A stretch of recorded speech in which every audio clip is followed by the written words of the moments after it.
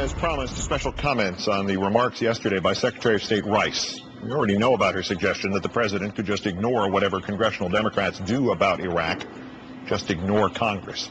We know how that game always turns out. Ask President Nixon, ask President Andrew Johnson.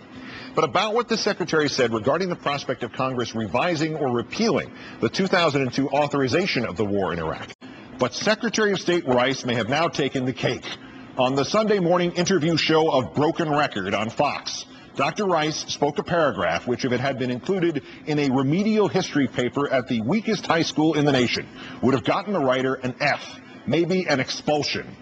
If Congress were now to revise the Iraq authorization, she said, out loud, with an adult present, quote, it would be like saying that after Adolf Hitler was overthrown, we needed to change then the resolution that allowed the United States to do that so that we could deal with creating a stable environment in Europe after he was overthrown.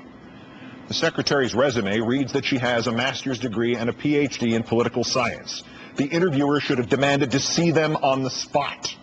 Dr. Rice spoke 42 words. She may have made more mistakes in them than did the President in his State of the Union address in 2003. There is obviously no mistaking Saddam Hussein for a human being, but nor is there any mistaking him for Adolf Hitler. Invoking the German dictator who subjugated Europe, who tried to exterminate the Jews, who sought to overtake the world is not just in the poorest of taste, but in its hyperbole. It insults not merely the victims of the Third Reich, but also those in this country who fought it and who defeated it. Saddam Hussein was not Adolf Hitler. And George W. Bush is not Franklin D. Roosevelt, nor Dwight D. Eisenhower. He isn't even George H.W. Bush, who fought in that war.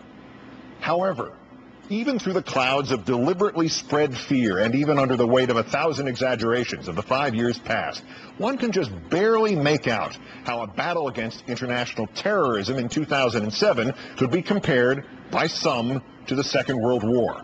The analogy is weak. It instantly begs the question of why those of the greatest generation focused on Hitler and Hirohito, but our leaders of today seem to have ignored their vague parallels of today to instead concentrate on the Mussolinis of modern terrorism.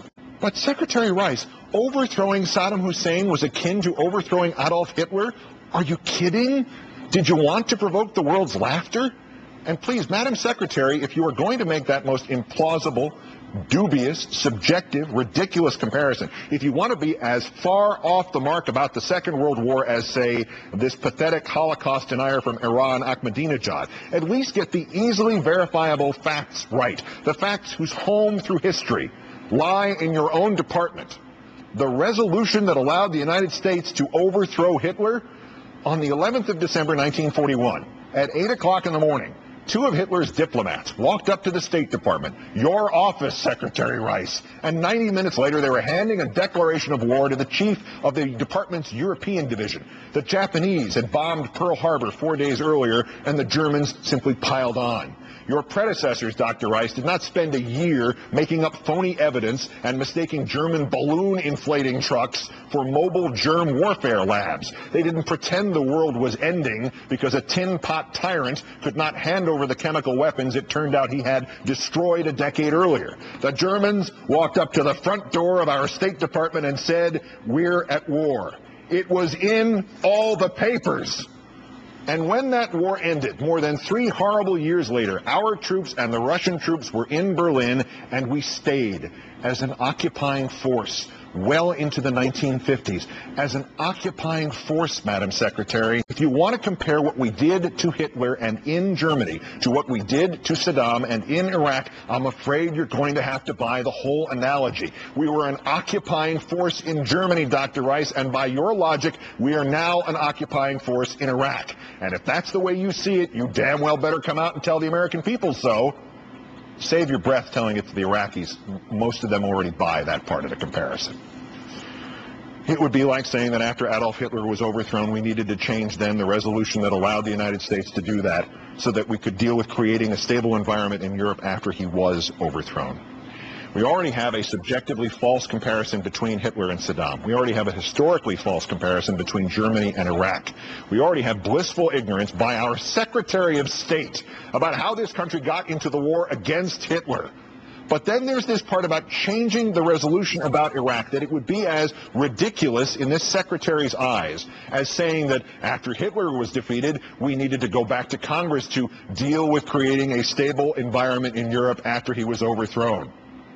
Oh, good grief, Secretary Rice, that's exactly what we did do. We went back to Congress to deal with creating a stable environment in Europe after Hitler was overthrown. It was called the Marshall Plan. Marshall, General George Catlett Marshall, Secretary of State, the job you have now. Come on! $12,400,000 to stabilize all of Europe economically, to keep the next enemies of freedom, the Russians, out and democracy in? And how do you suppose that happened?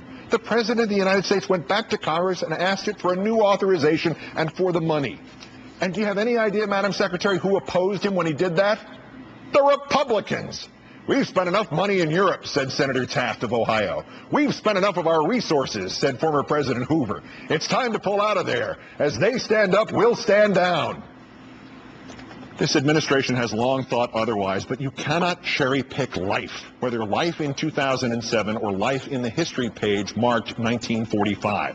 You can't keep the facts that fit your prejudices and throw out the ones that destroy your theories. If you're going to try to do that, if you still want to fool some people into thinking that Saddam was Hitler, and once we gave FDR that blank check in Germany, he was no longer subject to the laws of Congress or gravity or physics, at least stop humiliating us. Get your facts straight. Use the Google.